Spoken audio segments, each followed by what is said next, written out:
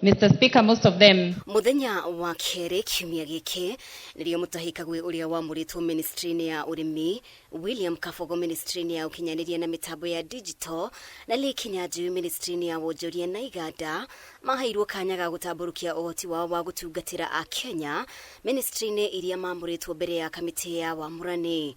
Honorable members, Omuthi gikaro-ini kia mwanya Mbunge ya bũrũri nĩ hĩtũkirie riboti ya kamĩtĩ ya wamũrani, mũtongoria wa arĩa aingĩ mbunge-inĩ ya bũrũri Kimani Ichung'wa na mũtongoria wa arĩa anini Junet Mohamed magĩtarĩria wĩhoti wa arĩa mamũrĩtwo. I didn't want to encourage all of them to give their best. I also stand to support the approval of the 3 honorable members of this country that bring in a wealth of experience from the past times that they have worked in this for this nation. So, Mr. Speaker, that public service has impacted a lot of knowledge and experience on these 3 gentlemen, Mr. Speaker.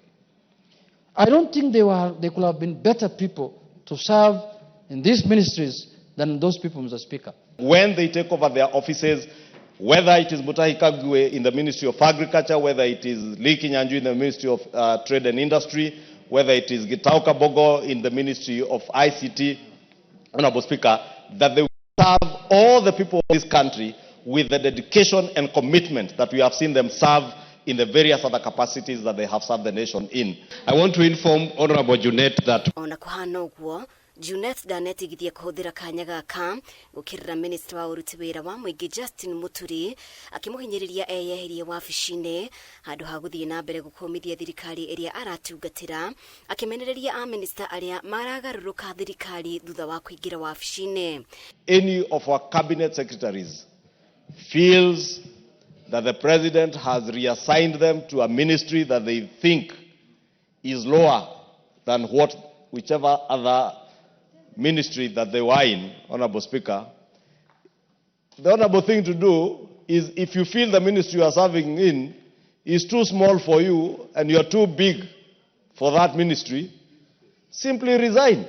You cannot be a cabinet secretary who is issuing contrary views to what your government is saying.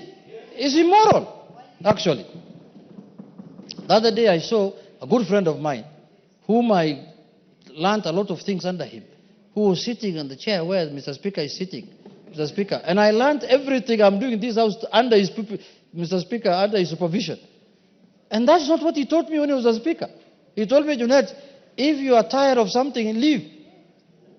But now the same person is now accusing the same people he's serving of many things, and he wants to remain there and stay there, Mr. Speaker. It only happens in Africa.